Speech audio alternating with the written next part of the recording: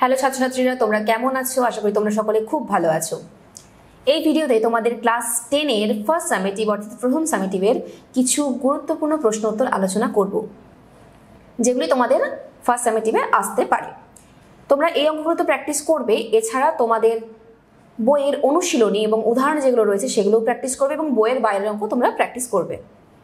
আচ্ছা, তোমাদের প্রথম চ্যাপ্টার একচল বিশিষ্ট দ্বিঘাত সমীকরণ। প্রথমে একটি দ্বিঘাত সমীকরণ আকারে প্রকাশ করতে দেওয়া রয়েছে। আচ্ছা, আমরা কি দেখতে পাচ্ছি না, লেফট হ্যান্ড সাইডটা আমাদের সাজানো রয়েছে কিন্তু রাইট হ্যান্ড সাইডটা আমাদের সাজানো নেই। তাহলে রাইট হ্যান্ড সাইডটা আমাদের সাজাতে হবে, অর্থাৎ আমরা লেফট হ্যান্ড সাইডে লিখে নেব 3x² plus 7x plus 23 equals to x plus 4 into x plus 3 plus 2।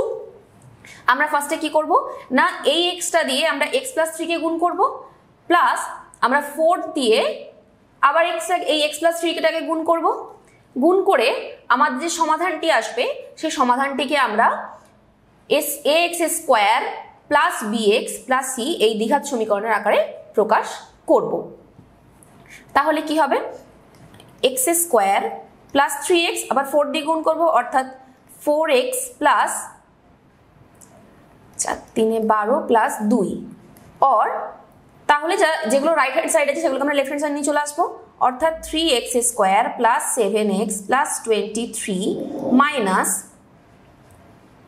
x² minus 3x minus 4x minus 12 minus 2 equals to 0, or 2x² x গুলো কেটে যাচ্ছে প্লাস 9 ইকুয়ালস টু 0, অর কত হবে, তাহলে ax² অর্থাৎ 2x² plus 0 into x plus 9। এভাবে আমরা দ্বিঘাত সমীকরণের আকারে প্রকাশ করতে পারবো। পরের প্রশ্ন দেওয়া রয়েছে kx² plus 2x plus 3k সমান 0। সমীকরণের বীজদ্বয়ের সমষ্টি এবং গুণফল সমান হলে k এর মান নির্ণয় করো। আমরা কি জানি, ধরে নিলাম একটি সমীকরণের দুটি বীজ আলফা এবং বিটা। তাহলে আমরা কি জানি, সমীকরণের বীজদ্বয়ের সমষ্টি কি, alpha plus beta equals to minus B by A, এবং সমীকরণের গুণফল কি হয়, আলফা বিটা সমান সি বাই এ। অর্থাৎ এক্ষেত্রে তাহলে বীজদ্বয়ের সমষ্টি কত হবে না, -2 বাই কে, এবং গুণফল কত হবে 3k বাই কে। তাহলে কে কে কেটে যাবে, সমান 3। আচ্ছা, এখানে কি বলা হয়েছে, সমীকরণের বীজদ্বয়ের সমষ্টি এবং গুণফল সমান, অর্থাৎ -2 বাই কে ইকুয়ালস টু 3। তাহলে কে ইকুয়ালস টু -2 বাই 3। তাহলে কে এর মান কত হলো, -2 বাই 3। 3 নম্বর প্রশ্ন, 2x² plus 7x plus 3 equals to 0 সমীকরণের বীজদ্বয়ের প্রকৃতি নির্ণয় করো। আচ্ছা, বীজদ্বয়ের প্রকৃতি নির্ণয়ের ক্ষেত্রে আমরা কি জানি না, b² minus 4ac equals to 0 হলে বীজদ্বয় বাস্তব। b² minus 4ac greater than 0 হলে বীজদ্বয় কি হয়, বাস্তব কিন্তু অসমান। b² minus 4ac less than 0 হলে আমরা কি জানি, বীজদ্বয় অবাস্তব। 4 নম্বর প্রশ্ন, x² প্লাস ax প্লাস 3 সমান 0 সমীকরণের একটি বীজ 1 হলে a এর মান নির্ণয় করো। আমরা কি জানি, সমীকরণের বীজ সমীকরণকে সিদ্ধ করে, অর্থাৎ আমরা x এর জায়গায় 1 বসিয়ে a এর মান নির্ণয় করব। পরের প্রশ্ন, 1 by a plus b plus x equals to 1 by a plus 1 by b plus 1 by x দ্বিঘাত সমীকরণটি সমাধান করো। আচ্ছা, এক্ষেত্রে আমরা কিভাবে সমাধান করব না, প্রথমে 1 বাই x কে আমরা লেফট হ্যান্ড সাইডে নিয়ে আসবো। তাহলে কি হবে, 1 by a plus b plus x minus 1 by x equals to 1 by b plus 1 by a plus 1 by b। এইভাবে তোমরা সমীকরণটি সমাধান করবে। পরের প্রশ্ন, 5x plus 2x minus 3 equals to 0 দ্বিঘাত সমীকরণের দুটি বীজ আলফা বিটা হলে alpha square by beta plus beta square by alpha এর মান নির্ণয় করো। একইভাবে আমরা জানি যে আলফা প্লাস বিটা সমান কি হয়, minus B by A, alpha beta সমান সি বাই এ। তাহলে আমরা কি করব না, alpha square by beta plus beta square by alpha যে সমীকরণটি দেওয়া রয়েছে এই সমীকরণটিকে আমরা সমাধান করে আলফা প্লাস বিটা এবং আলফা বিটার মান বসিয়ে মান নির্ণয় করব। 3 নম্বর প্রশ্নটি খুবই ইম্পর্টেন্ট প্রশ্ন, এই প্রশ্ন তোমরা অবশ্যই প্র্যাকটিস করবে, এটি পরীক্ষায় আসতে পারে। তোমাদের লং কোয়েশ্চেন রয়েছে, আমাদের স্কুলে চৌবাচ্চা দুটি নল আছে, নল দুটি চৌবাচ্চাটি 11:01 পূর্ণ হয়। নল দুটি আলাদাভাবে খোলা থাকলে চৌবাচ্চাটি ভর্তি করতে একটি নল অপর নলটি থেকে 5 মিনিট বেশি সময় নেয়। প্রত্যেকটি নল পৃথকভাবে চৌবাচ্চাটিকে কত সময় পূর্ণ করবে হিসাব করে লিখি। আচ্ছা, এই অঙ্কগুলিও খুবই ইম্পর্টেন্ট, 5 দাগের অঙ্কটিও ইম্পর্টেন্ট রয়েছে, এই অঙ্কগুলিও তোমরা প্র্যাকটিস করবে।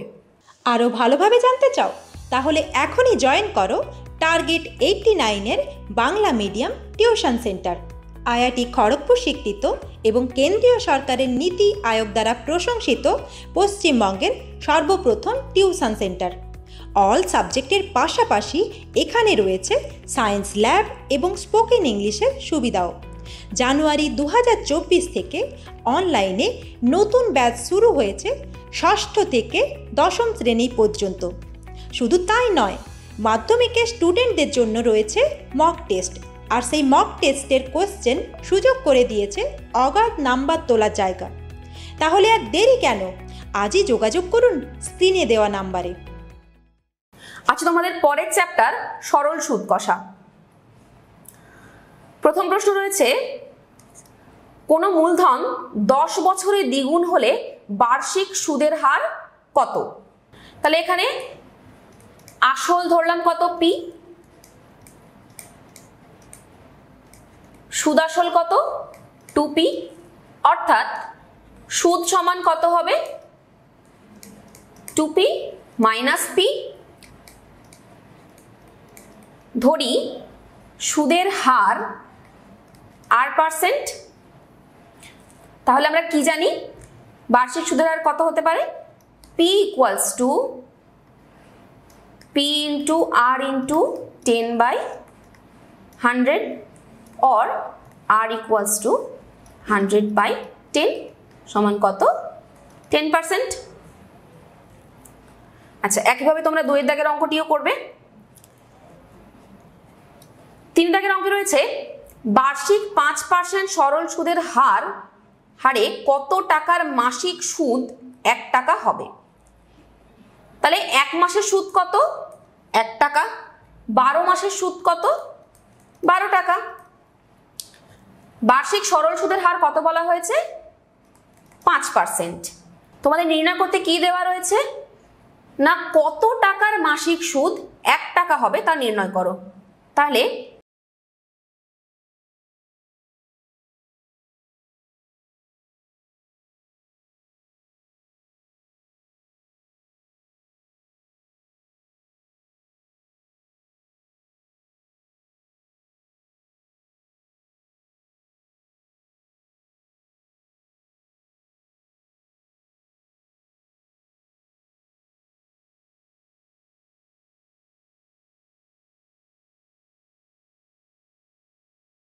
অর্থাৎ বার্ষিক 5% সরল সুদের হারে কত টাকার মাসিক সুদ 1 টাকা হবে, 240 টাকার।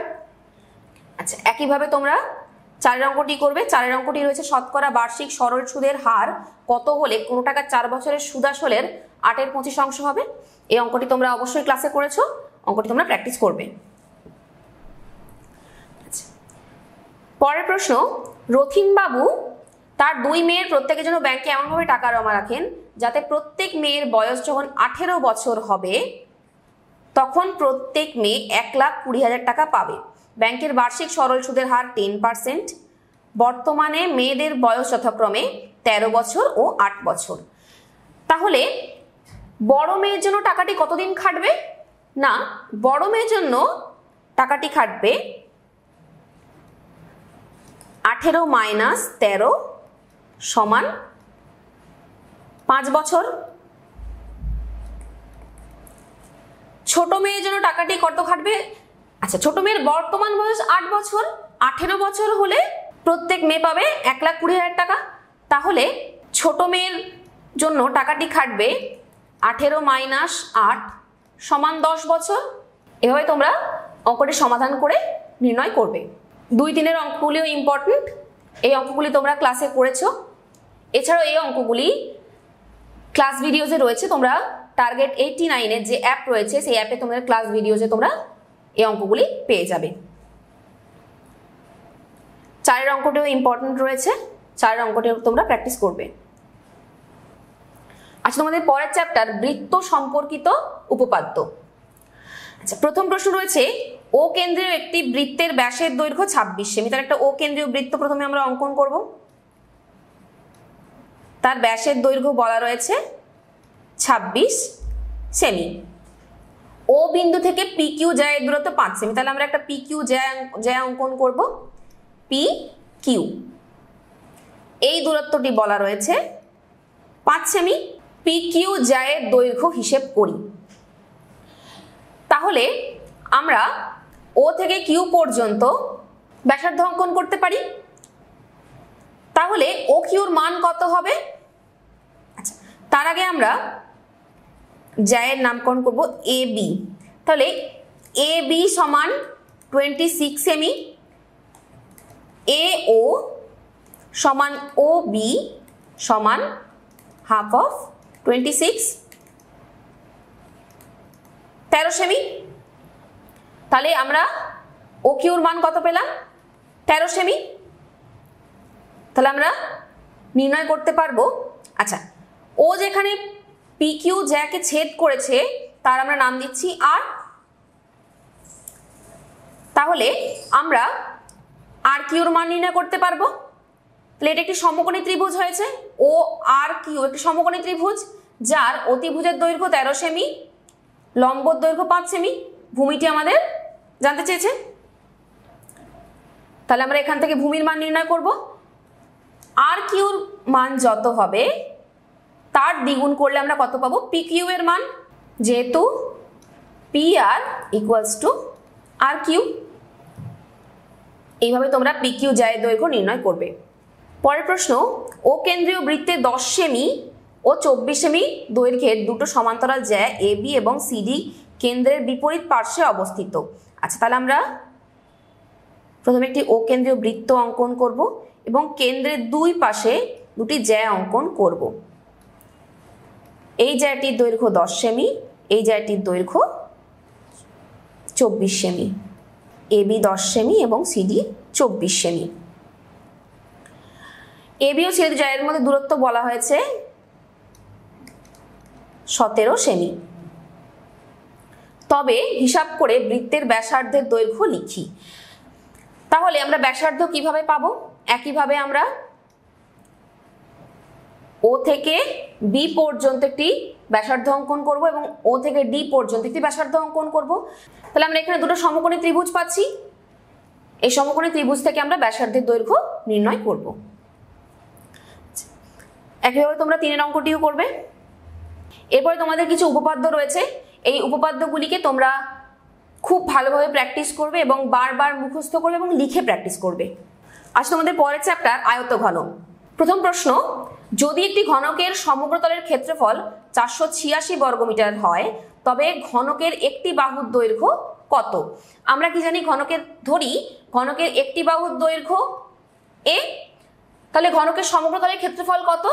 না 6 ইন্টু এ স্কোয়ার। প্রদত্ত কি রয়েছে? ঘনকের সমগ্রতলের ক্ষেত্রফল কত? 6 এ স্কোয়ার ইকুয়ালস টু 486, 486। এখান থেকে আমরা এ এর মান নির্ণয় করব। কত হবে? 486 বাই 6, 81। তাহলে এ ইকুয়ালস টু প্লাস মাইনাস 9। তাহলে ওই ঘনকের একটি বাহু দৈর্ঘ্য কত হবে? 9। পরের প্রশ্ন, একটি আয়তঘনের তল সংখ্যা x, ধার সংখ্যা y, শীর্ষবিন্দু সংখ্যা z, কর্ণের সংখ্যা p। তাহলে একটি সমীকরণ দেওয়া হলে তার মান নির্ণয় করতে হবে। আমরা কি জানি? আয়তঘনের তল সংখ্যা কত? 6, অর্থাৎ x ইকুয়ালস টু 6। ধার সংখ্যা কত? 12, অর্থাৎ y ইকুয়ালস টু 12। শীর্ষবিন্দুর সংখ্যা কত? 8, অর্থাৎ z ইকুয়ালস টু 8, কর্ণের সংখ্যা কত? 2, অর্থাৎ p ইকুয়ালস টু 2। তাহলে আমরা মান বসাবো 6 মাইনাস 12 প্লাস 8 প্লাস 2, তাহলে 12। আচ্ছা 12 8 20, 16 মাইনাস 12 সমান 4। পরের প্রশ্ন, একটি ঘনকের প্রত্যেকটি ধারের দৈর্ঘ্য 50% বৃদ্ধি পেলে ঘনকটির সমগ্রতলের ক্ষেত্রফল শতকরা কত বৃদ্ধি হবে তা হিসাব করে লিখি। তাহলে ঘনকের প্রত্যেকটি ধারের দৈর্ঘ্য 50%, ধরি ঘনকের তাহলে একটি বাহুর দৈর্ঘ্য কত দৈর্ঘ্য? a। 50% বৃদ্ধি পেলে নতুন যে বাহুর দৈর্ঘ্য হলো সেটি হলো a প্লাস a ইন্টু 50/100, অর্থাৎ কত হচ্ছে?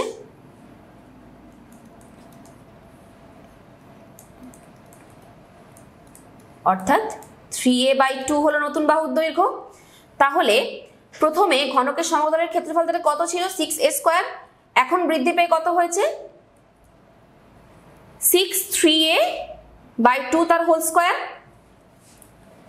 তাহলে আমরা বিয়োগ করে যে বিয়োগ ফলটি পাবো তার শতকরা নির্ণয় করবো, অর্থাৎ 100 দিয়ে গুণ করব, তাহলে আমরা এটি সমাধান করতে পারবো। পরের প্রশ্ন, একটি ঘনকের কর্ণের দৈর্ঘ্য 4√3 সেমি হলে ঘনকটির সমতলের ক্ষেত্রফল কত? আমরা জানি ঘনকের কর্ণের দৈর্ঘ্য কি হয়? a into √3। তাহলে ঘনকটির সমগ্রতলের ক্ষেত্রফল হিসেব করতে দেওয়া রয়েছে, অর্থাৎ সমগ্রতলের ক্ষেত্রফল কি হয়? 6a²। এর মান আমরা কত জানি? 4, অর্থাৎ 6 গুণিত 4² 6 গুণিত 16, 16 6 96। তাহলে আমরা ঘনকটির সমগ্রতলের ক্ষেত্রফল পেয়ে গেলাম। একইভাবে পরের প্রশ্নগুলিও তোমরা ক্লাসে করেছো, এগুলি তোমরা ক্লাস ভিডিও থেকে পেয়ে যাবে। যারা এখনো টার্গেট 89 এর ফেসবুক এবং ইউটিউব পেজের সঙ্গে যুক্ত হওনি, তারা আমাদের ফেসবুক এবং ইউটিউবের সাথে যুক্ত হও। এছাড়াও তোমরা টার্গেট 89 এর অ্যাপে রেজিস্টার করে তোমরা এই সমস্ত ভিডিওগুলো সেখান থেকে পেয়ে যাবে। পরের প্রশ্নটি ইম্পর্টেন্ট প্রশ্ন রয়েছে, এই প্রশ্নটিও তোমরা অবশ্যই প্র্যাকটিস করবে। আচ্ছা, অনুপাত সমানুপাতের যে অঙ্কগুলি রয়েছে এগুলি তোমাদের এক্সারসাইজে রয়েছে, এগুলি তোমরা ক্লাসে করেছো। এছাড়াও তোমরা এই অঙ্কগুলো ক্লাস ভিডিওস থেকে পেয়ে যাবে। আচ্ছা, তোমাদের পরের চ্যাপ্টার চক্রবৃদ্ধি সুদ ও সমহার বৃদ্ধি বা হ্রাস। প্রথম প্রশ্ন রয়েছে, 400 টাকা 2 বছরের সমূল চক্রবৃদ্ধি কত? 441 টাকা। বার্ষিক শতকরা চক্রবৃদ্ধি সুদের হার নির্ণয় করো। আমরা কি জানি বার্ষিক শতকরা চক্রবৃদ্ধি সুদের হার কিভাবে নির্ণয় করতে হয়? না, p into 1 plus r/100 whole to the power n equals to a। তাহলে p সমান কত জানি? 400। তাহলে 1 প্লাস r/100, আচ্ছা কত বছরের বছর? 2 বছর, তাহলে n সমান 2। আচ্ছা, সমূল চক্রবৃদ্ধি কত টাকা? 441 টাকা। এখান থেকে আমরা r এর মান নির্ণয় করব। r এর মান তোমরা নির্ণয় করলে পেয়ে যাবে যে বার্ষিক শতকরা চক্রবৃদ্ধি সুদের হার কত। পরের প্রশ্ন, প্রতি বছর r% হ্রাসপ্রাপ্ত হলে n বছর পরে একটি মেশিনের মূল্য হয় v টাকা। n বছর পরে মেশিনের মূল্য কত ছিল তা নির্ণয় করি। আচ্ছা, এখানে আমরা কি ধরে নেব? না, ধরি n বছর পূর্বে মেশিনটির মূল্য ছিল x টাকা। তাহলে সমীকরণটি কি হবে? যেহেতু হ্রাসপ্রাপ্ত হয় তাহলে সমীকরণটি হবে x into 1 minus r/100 whole to the power n। আচ্ছা, মূল্য কত হবে? না, v টাকা। এখান থেকে তোমরা n এর মান নির্ণয় করবে। 3 অঙ্কটিও তোমাদের এক্সারসাইজের অঙ্ক, এই অঙ্কটিও তোমরা প্র্যাকটিস করবে। প্রথম প্রশ্ন, 3 মাস অন্তর দেয় বার্ষিক 10% চক্রবৃদ্ধি হার সুদে 6250 টাকার 9 মাসের চক্রবৃদ্ধি সুদ নির্ণয় করো। তাহলে কি বলা হয়েছে? 3 মাস অন্তর বার্ষিক 10% চক্রবৃদ্ধি সুদের হারে 6250 টাকা দেওয়া হয়। তাহলে এক বছরে কতবার দেওয়া মানে পর্বটি কত হবে? না, 12 মাসে এক বছর, অর্থাৎ 12/3। তাহলে পর্ব হবে 12/3 সমান 4 বার। তাহলে 4 বারে সুদ দেওয়া হচ্ছে। সময় কত? 9 মাসের চক্রবৃদ্ধি সুদ নির্ণয় করতে হচ্ছে, অর্থাৎ সময় হচ্ছে 9/12 সমান 3/4। তাহলে 9 মাসের চক্রবৃদ্ধি সুদ কত? p মাইনাস p into 1 plus r/4 divided by 100 whole to the power 4n। এবার তোমরা মান বসিয়ে 9 মাসের চক্রবৃদ্ধি সুদ নির্ণয় করবে। 2 এর অঙ্কটি তোমরা একইভাবে সমাধান করবে। 3 নম্বর, কোন শহরে বছরের শেষে জনসংখ্যা বৃদ্ধি হার ওই বছরের শুরুতে যে জনসংখ্যা থাকে তার 2%। ওই শহরে বর্তমান জনসংখ্যা 20 লক্ষ হয়, তবে 3 বছর পরে ওই শহরের জনসংখ্যা কত হবে হিসেব করি। তাহলে আমরা কিভাবে নির্ণয় করব? p into 1 plus r/100 whole to the power n। এখানে p হবে বর্তমান জনসংখ্যা, n এর মান কত হবে? 3, আর r এর মান হবে 2%। এভাবে আমরা নির্ণয় করতে পারবো 3 বছর পরে ওই শহরের জনসংখ্যা কত হবে। 4 এর অঙ্কটি ইম্পর্টেন্ট অঙ্ক, এই অঙ্কটি তোমরা করেছো, এটা তোমরা প্র্যাকটিস করবে। আসলে তোমাদের পরের চ্যাপ্টার বৃত্তস্থ কোণ সম্পর্কিত উপপাদ্য। আচ্ছা, বলা রয়েছে ত্রিভুজ ABC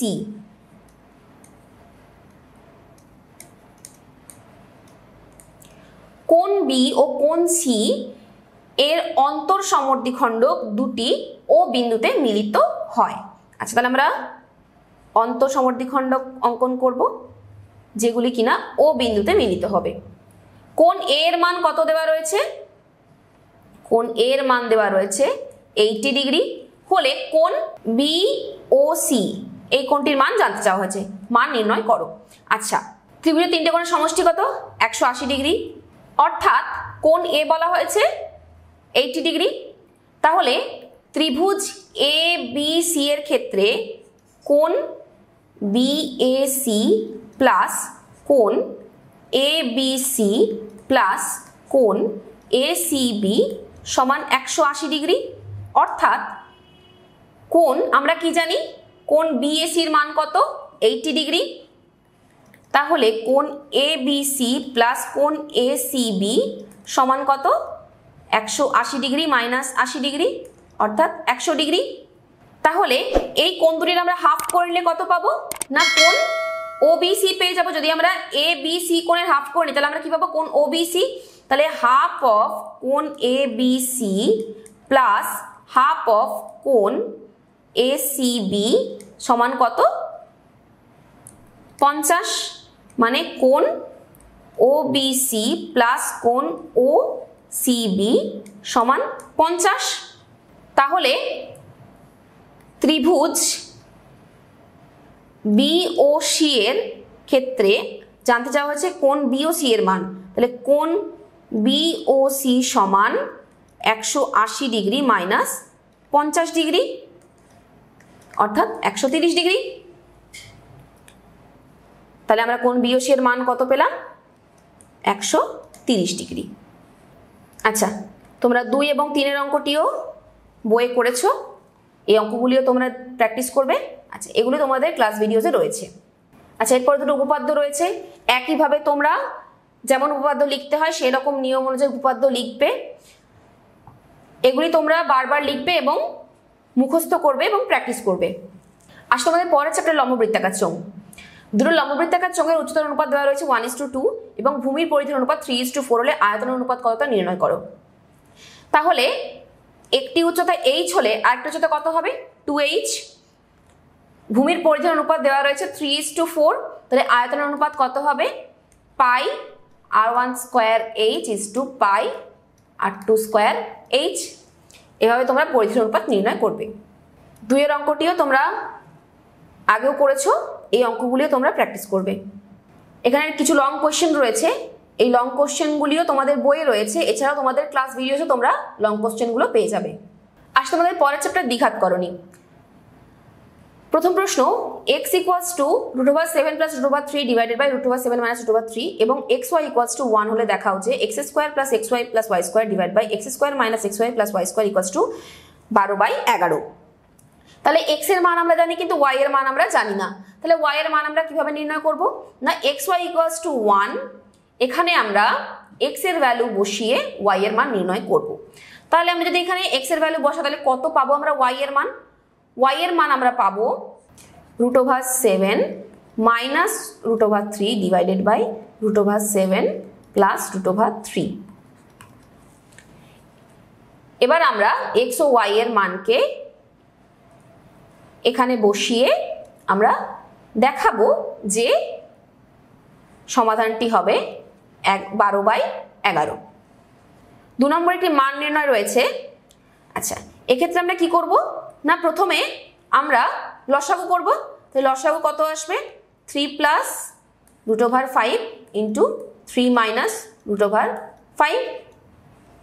এরপরে আমরা সমাধান করব, সমাধান করে নিচটি হরটি সূত্রে ফেলে আমরা মান নির্ণয় করব। 3 নম্বরে a এবং b এর মান দেওয়া রয়েছে এবং a³ plus b³ divided by a³ minus b³ এর মান নির্ণয় করতে বলা হয়েছে। তাহলে a³ প্লাস b³ কে ভাঙলে আমরা কি হয় কি জানি না, a plus b into a square minus ab plus b square, এবং a³ মাইনাস b³ কি হবে, a minus b into a square plus ab plus b square. এখানে তোমরা a ও b এর মান বসিয়ে মান নির্ণয় করবে। তোমাদের পরের চ্যাপ্টার বৃত্তস্থ চতুর্ভুজ সংক্রান্ত উপপাদ্য। আচ্ছা, এখানেও অনেকগুলি উপপাদ্য দেওয়া রয়েছে, তোমরা উপপাদ্য লেখার নিয়ম জানো। একইভাবে তোমরা এই উপপাদ্যগুলিকেও লিখবে এবং এই উপপাদ্যগুলিও খুবই ইম্পর্টেন্ট রয়েছে, এগুলি বারবার লিখে প্র্যাকটিস করবে এবং মুখস্থ করবে। আজকের ভিডিও এই পর্যন্তই, দেখা হচ্ছে পরের একটি ভিডিওতে। Thank you.